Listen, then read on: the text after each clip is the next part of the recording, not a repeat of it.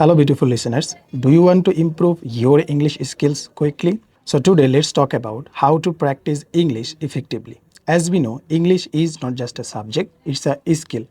And the only way to improve a skill is through practice. So, how we can practice English in our daily lives?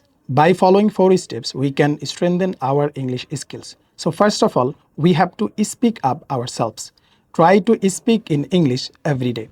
Don't be afraid of making mistakes because mistakes help us to learn something new.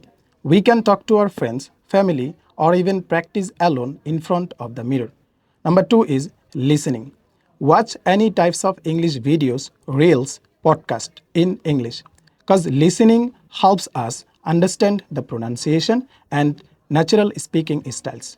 Third one is reading. Read any types of English books, articles, or even social media posts in English because reading helps us to learn new words and different sentence structures. And the last one is writing. Try to write anything in English every day, like a diary, short notebooks, or even make a comment in social media because writing helps our brain to think in English.